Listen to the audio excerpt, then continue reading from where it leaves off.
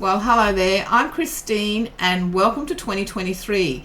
In today's video, I want to talk about the astrology for the 1st to the 7th of January for this week. And also we have a 2023 first lunation coming up this week on the 6th and the 7th, depending where you are, which is the full moon. I'm just going to change charts. This is something I'm sort of trying to get used to. This chart is a 0 degrees Aries chart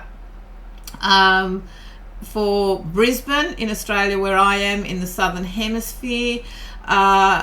It's just to show that it's for the day. It's for today. It's for the day, the 1st of January 2023. That's a mouthful we have to get used to.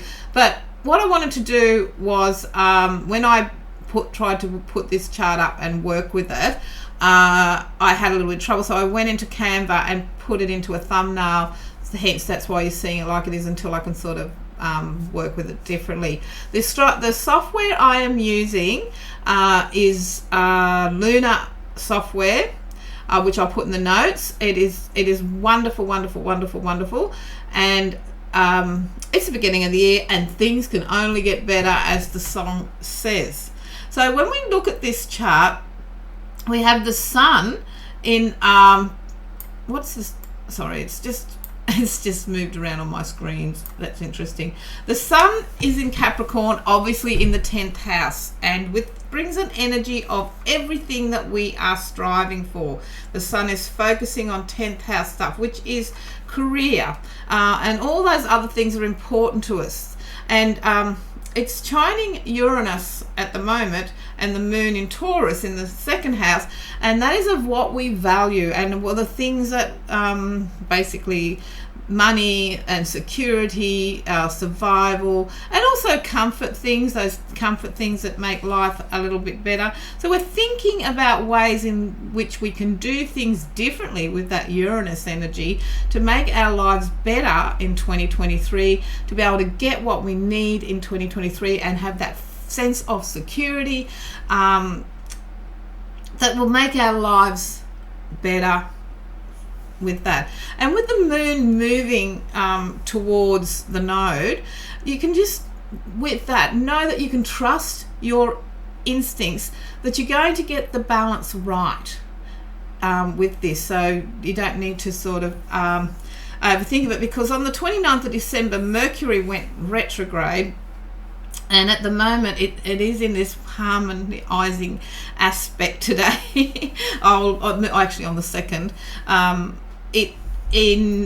with Neptune in Pisces, and it can have us with all the socializing and dreaming and late nights and energies that are around at the moment, have us reflecting on conversations that we've been having during this sort of social time over Christmas and the New Year, and it can have us sort of thinking about reunions, whether we've talked to people on the phone, all that catching up stuff that happens around this time of year. But these has us reconsidering.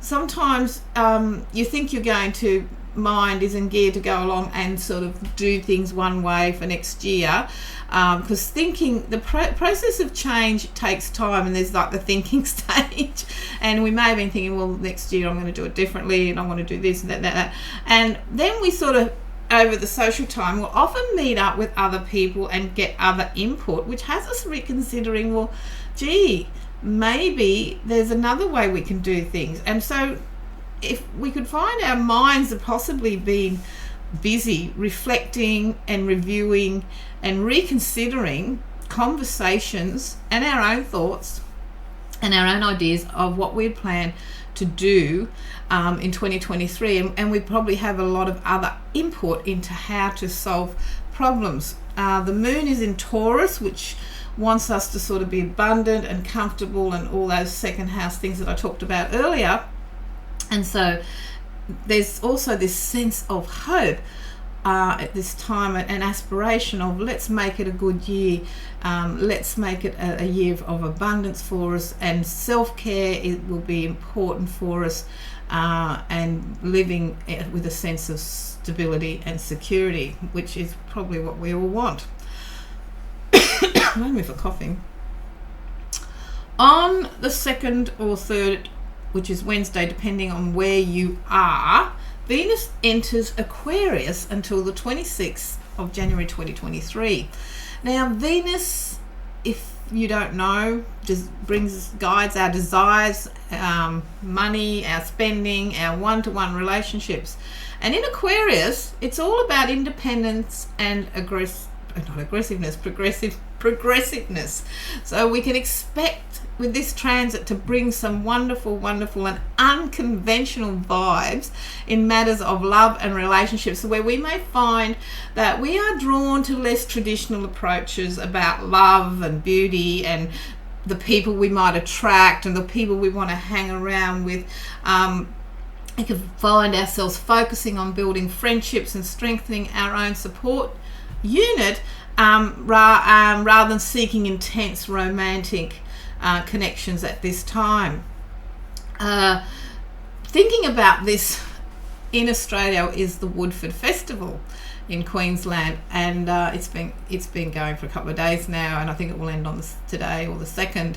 And if you go to the Woodford Festival Facebook page and have a look at the wonderful vibe of it, you will see what I think is Venus in Aquarius. So it's almost like, to put it in a little bit of a nutshell, a lot of the city folk in Brisbane will put on their boho outfits and things. I've got a bit of a reflection happening and it's sort of catching the end of my eye. And it will have people heading up to the lovely lush countryside and taking some time off and having some fun with some good music and good food and good vibes and really happy. And that sort of, to me, encapsulates that mood. So it's wonderful to be able to embrace your quirks and your own individuality in this transit, or during this transit. Around the 4th, we have the moon in Gemini meeting up with Mars, who's been in retrograde in Gemini, which you've probably heard over and over again since October, and it'll be there until around the 12th of January now in 2023. So that also adds to all the reviewing and the reflecting and working out what the upside of it is, in my opinion, is you can look at what worked well and what didn't work well, and what would you do differently under that vibration, and what choices that you can make. And so there is a lot of reflection energy with that.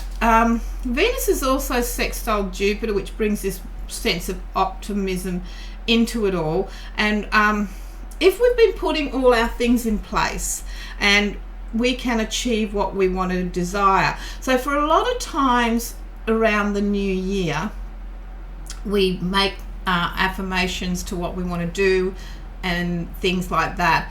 And because Mars is retrograde, we don't have that quick launch pad, let's go for it at the moment. But we can use this time to get everything in place to how we want it to be, and what we've got to do, the tools that we need, and planning and reviewing and all that Mercury retrograde stuff, so that when Mars goes direct, you're all just ready to go at the press of the button of Mars directs, so to speak. So also on the 5th of January, we have Mercury, Mercury and the Sun meeting up with each other. That's either on the 5th or the 6th, around wherever you are. As I said, I work a day either side because of the planetary energies.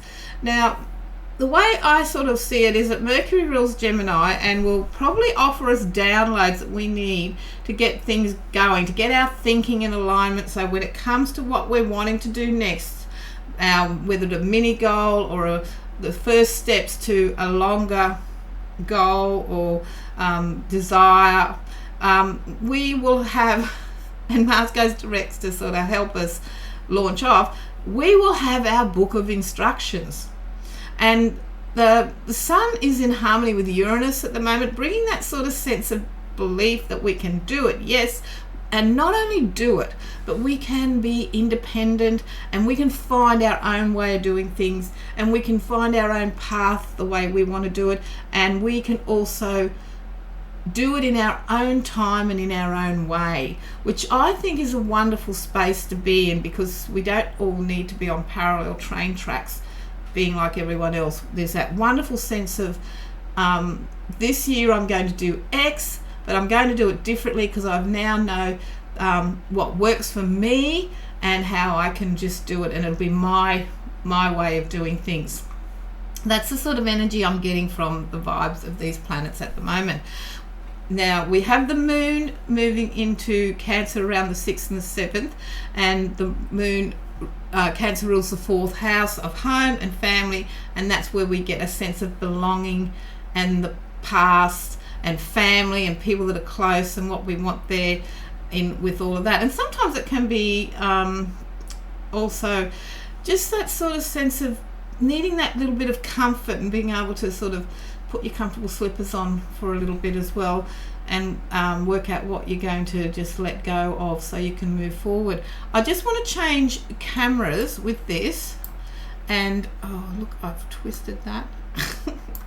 So I go to browse and I go to, I hope I've had the right chart up. Full moon chart. Yep.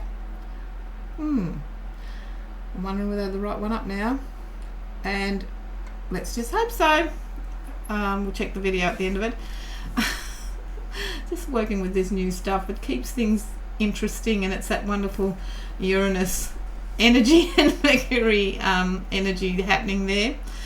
So around the 6th and the 7th, depending where you are energetically, we are under the full moon in Cancer, and I've got a full moon chart up over there, and it's in close sextile with Uranus, which brings those moments where whilst we're sitting at home in our comfort, unwinding from all the excitement of the celebrations of the Christmas, and having that sort of, it's good to be in my own home and in my own bed feeling, we will also get moments of clarity. It's almost going to be as if a light has switched on, and we can see things clearly, and we can trust that we will have everything that we need to do, that all our needs are met, and that we can do everything we can do. And part of the letting go with the full moon is about letting go of the things we believe we cannot do, and shifting that right out of our language and moving to believing in what we can do. And it's with the cans that we achieve. So if you're into journaling and things like that to sort of get everything into alignment and get things moving in the way that you want it to go, you can use this wonderful time to be thankful and do a releasement, what do we call it? Not a releasement, I've lost the word that I want for that. Ritual, a releasement ritual, whichever way works for you, of releasing all the cannots and going with the cans, and knowing with all that wonderful Uranus energy that you can just get it all done and get it all happening in your own time and in your own way. And it's also a time to bring the heart and the mind into alignment, and that is also going to help us be successful, because we are coming from the right place at this time to be able to move our life in the direction that we want it to go, with the help of Mars when he sort of kicks into gear. So I'd like to thank you for watching, and I look forward to seeing you on the next video. Bye for now.